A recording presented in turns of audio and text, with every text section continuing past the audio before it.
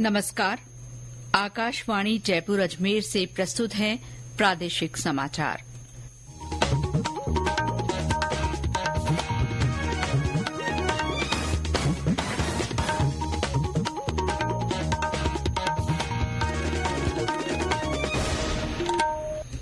मुख्य समाचार।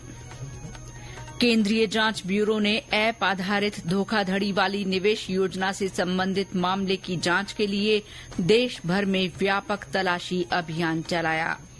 अजमेर लोकसभा क्षेत्र के नानसी गांव के एक मतदान केंद्र पर कल सुबह 7 बजे से दोबारा वोट डाले जाएंगे। देश में अप्रैल में रिकॉर्ड 2,10,000 करोड़ रुपए का जीएसटी संग्रह हुआ और मजदूर दिवस पर प्रदेश भर में मजदूरों के कल्याण से संबंधित विभिन्न कार्यक्रमों का आयोजन।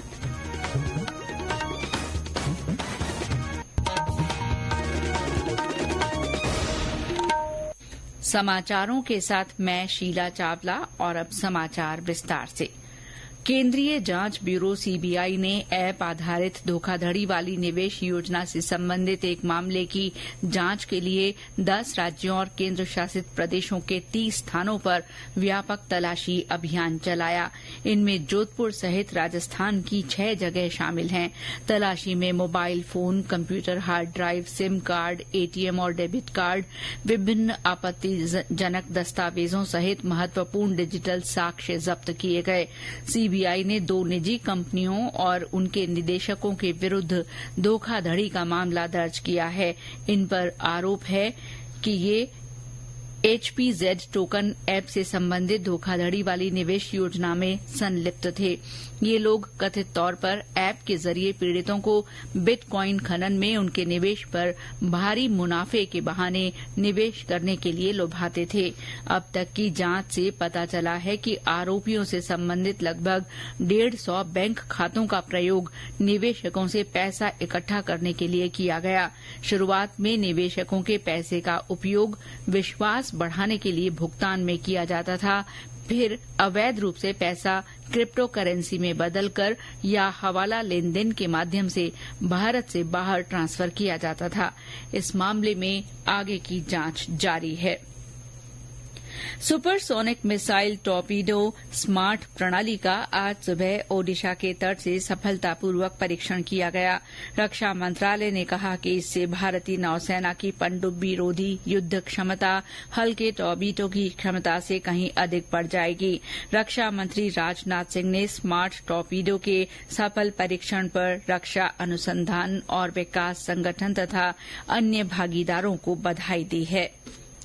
अजमेर लोकसभा क्षेत्र के नानसी गांव में एक मतदान केंद्र पर कल दोबारा वोट डाले जाएंगे। निर्वाचन आयोग ने 26 अप्रैल को हुए मतदान के दौरान इस बूथ पर 17A रजिस्टर गुम होने के कारण ये फैसला किया है। मुख्य निर्वाचन अधिकारी प्रवीण गुप्ता ने बताया कि मसूदा विधानसभा क्षेत्र के मतदान केंद्र संख्या 195 राजकीय उच्च माध्यमिक विद्यालय नानसी के कमरा संख्या 1 में स्थित बूथ पर दोबारा मतदान कल सुबह 7 बजे से होगा। पुनर्मतदान शाम 5 बजे तक चलेगा। श्री गुप्ता ने कहा कि निर्वाचन विभाग ने पुनर्मतदान की सभी तैयारियां कर ली हैं। इस मतदान केंद्र पर 753 पंजीकृत मतदाता हैं, जिन्हें पुनर्मतदान के लिए भी जागरूक किया जा चुका है। श्री गुप्ता ने बताया कि इस मामले में रिटर्निंग ऑफिसर अजमेर द्वारा मतदान के खिलाफ पहले ही कार्रवाई की जा चुकी है। इस बूथ पर पुनर्मतदान की वेबकास्टिंग भी करवाई जाएगी। जयपुर में राजभवन में आज गुजरात और महाराष्ट्र का स्थापना दिवस समारोहपूर्वक मनाया गया। राज्यपाल कलराज मिश्र ने इस दौरान दोनों राज्यों के लोगों से संवाद कर उन्हें शुभकामनाएं दी। उन्होंने कहा कि महाराष्ट्र और गुजरात के भाषाई आधार पर अलग राज्य बनने के बाद से ही दोनों ने राष्ट्रीय प्रगति में महत्वपूर्ण योगदान दिया है। उन्होंने गुजरात और महाराष्ट्र को स्वाधीनता आंदोलन की उर्वर भूमि बताते जाते हुए सरदार पटेल, महात्मा गांधी और लोकमान्य तिलक का भी स्मरण किया। राज्यपाल ने कहा कि एक भारत श्रेष्ठ भारत के अंतर्गत राज्यों के स्थापना दिवस विविधता में एकता की हमारी अनूठी संस्कृति के संवाहक हैं। उन्होंने अतीत की परंपराओं को सहेजते हुए दोनों ही प्रदेशों की समृद्धि और खुशहाली की कामना की। अप्रैल में सकल वस्तु और सेवा कर जीएसटी संग्रह में अब तक का सबसे अधिक 2,10,000 करोड़ रुपए का संग्रह दर्ज किया गया है। वित्त मंत्रालय ने कहा है कि इसमें वार्षिक आधार पर 12.4% की महत्वपूर्ण बढ़ोतरी हुई है। कुल संग्रहण में 43,000 करोड़ रुपए से अधिक का जीएसटी, 53,000 करोड़ रुपए का सीजीएसटी, 99,000 करोड़ रुपए का आईजीएसटी और 13,000 करोड़ रुपए की सेस राशि शामिल है। ये समाचार आकाशवाणी जयपुर अजमेर से प्रसारित किए जा रहे हैं। आज मजदूर दिवस है। इस मौके पर प्रदेश भर में मजदूरों के कल्याण से संबंधित विभिन्न कार्यक्रम आयोजित किए जा रहे हैं। कई निजी कारखानों और कंपनियों की ओर से अपने कामगारों के स्वास्थ्य और सामाजिक सुरक्षा से संबंधित गतिविधियां रखी गईं। सवाई माधोपुर में असंगठित क्षेत्र के श्रमिकों के लिए विधिक सेवा योजनाओं के संबंध में जागरूकता शिविर का आयोजन किया गया। जिला विधिक सेवा प्राधिकरण सचिव महेंद्र कुमार ढाबी ने श्रमिकों के कानूनी अधिकारों, बंधुआ मजदूरी, बाल श्रम अधिनियम, न्यूनतम मजदूरी अधिनियम के बारे में विस्तार से जानकारी दी। भीलवाड़ा में मजदूरों को आरोग्य किट मुफ्त बांटे गए। सलूम्बर जिले में जावर माइंस क्षेत्र में वाहन रैली और सभा का आयोजन किया गया। बूंदी में मजदूर वर्ग को उनके अधिकारों के प्रति जागरूक करने के उद्देश्य से राजकीय नूतन माध्यमिक विद्यालय चौगान गेट से जागरूकता रैली निकाली गई। इसमें स्लोगन के माध्यम से श्रमिकों को जागरूक किया गया। जागरूकता रैली को अतिरिक्त जिला कलेक्टर घनश्याम शर्मा ने हरी झंडी दिखाकर रवाना किया। झालावाड़ में संगोष्ठी हुई। भवानी मंडी में श्रमिकों का सम्मान किया गया। झालरापाटन में व्यापार सेवा समिति और कपड़ा व्यापार संघ की ओर से कामगारों और मजदूरों का सम्मान कार्यक्रम हुआ। जिला कोटपूतली बहरोड़ में अंतर्राष्ट्रीय श्रमिक दिवस पर नीमराणा, बहरोड़, कोटपूतली, विराटनगर में कार्यक्रम हुए, जिसमें मजदूरों का सम्मान करते हुए उन्हें माला पहनाकर मिठाई खिलाई गई। भरतपुर में विधिक सेवा प्राधिकरण की ओर से अंतर्राष्ट्रीय मजदूर दिवस पर जागरूकता शिविर लगाया गया। इसके माध्यम से मजदूरों को उनके अधिकारों के बारे में जानकारी दी गई। साथ ही संगोष्ठी आयोजित कर श्रमिकों का सम्मान भी किया गया। प्रदेश के कई जिलों में दिन और रात का तापमान सामान्य से नीचे दर्ज हो रहा है। मौसम विभाग के आंकड़ों के अनुसार ज्यादातर स्थानों पर दिन का तापमान 2 से 5 डिग्री तक, वहीं रात का तापमान सामान्य से 4-5 डिग्री नीचे दर्ज किया जा रहा है। बीते 24 घंटे में अजमेर, जयपुर, जोधपुर और बीकानेर संभागों में अधिकतर जगह दिन का पारा सामान्य से कम दर्ज किया गया। राज्य के ज्यादातर जिलों में दिन का तापमान 34 से 38 डिग्री सेल्सियस के बीच दर्ज किया जा रहा है। वहीं रात का तापमान 19 से 22 डिग्री के बीच चल रहा है। बीती रात श्रीगंगानगर में पारा 16 डिग्री और सीकर में 18 डिग्री सेल्सियस मापा गया। मौसम केंद्र ने अगले 24 घंटे में तापमान में 2 से 4 डिग्री सेल्सियस की बढ़ोतरी होने की संभावना जताई है। जन स्वास्थ्य निदेशक डॉक्टर रवि प्रकाश माथुर ने आज जयपुर में मुख्य चिकित्सा और स्वास्थ्य अधिकारी प्रथम तथा द्वितीय और जयपुर जोन के संयुक्त निदेशक कार्यालयों का औचक निरीक्षण किया। डॉक्टर माथुर ने तीनों कार्यालयों के सभी कक्षों में जाकर कार्मिकों की उपस्थिति के बारे में जानकारी ली। इस दौरान 44 चिकित्सा कार्मिक अनुपस्थित मिले। डॉक्टर माथुर ने बिना सूचना अनुपस्थित रहने वाले कार्मिकों को कारण बताओ नोटिस जारी करने के निर्देश दिए। उन्होंने कहा कि समय पर कार्यालय नहीं आने वाले और बिना सूचना अनुपस्थित रहने वाले कार्मिकों के विरुद्ध अनुशासनात्मक कार्रवाई की जाएगी।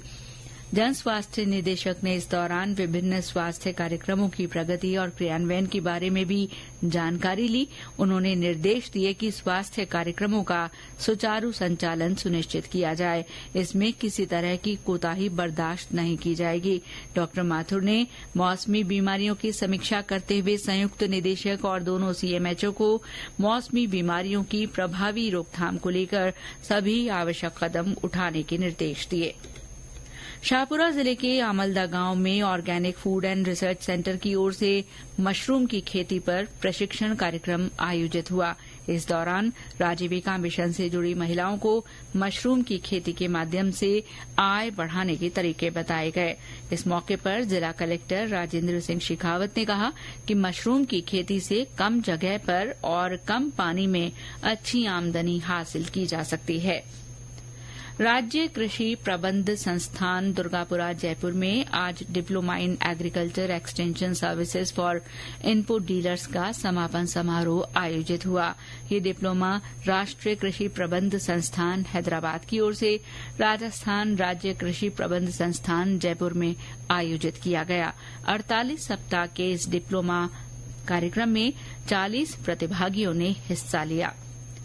जयपुर पुलिस कमिश्नरेट की ओर से आज जयपुर में मोटरसाइकिल रैली निकाली गई। यातायात और महिला सुरक्षा जन जागरूकता अभियान के तहत आयोजित इस रैली को Jaipur police commissioner Biju George Joseph ने हरी झंडी दिखाकर रवाना किया। रैली में कमिश्नरेट के 100 से ज्यादा जवानों ने भाग लिया। कर्मचारी भविष्य निधि संगठन ईपीएफओ की 16वीं क्षेत्रीय समीक्षा बैठक कल से नई दिल्ली में शुरू हुई।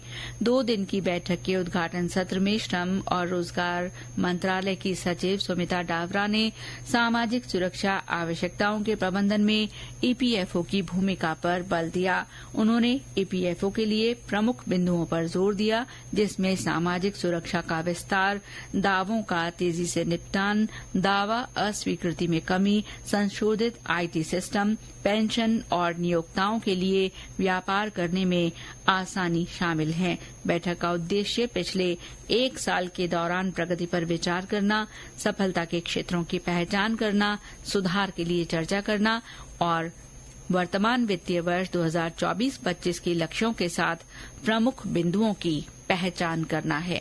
और अंत में मुख्य समाचार एक बार फिर।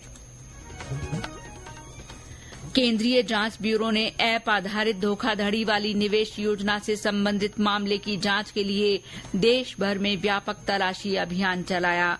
अजमेर लोकसभा क्षेत्र के नानसी गांव के एक मतदान केंद्र पर कल सुबह 7 बजे से दोबारा वोट डाले जाएंगे। देश में अप्रैल में रिकॉर्ड 2,10,000 करोड़ रुपए का जीएसटी संग्रह हुआ है। और मजदूर दिवस पर प्रदेश भर में मजदूरों के कल्याण से संबंधित विभिन्न कार्यक्रम आयोजित किए गए। इसके साथ ही प्रादेशिक समाचार बुलेटिन समाप्त हुआ। नमस्कार।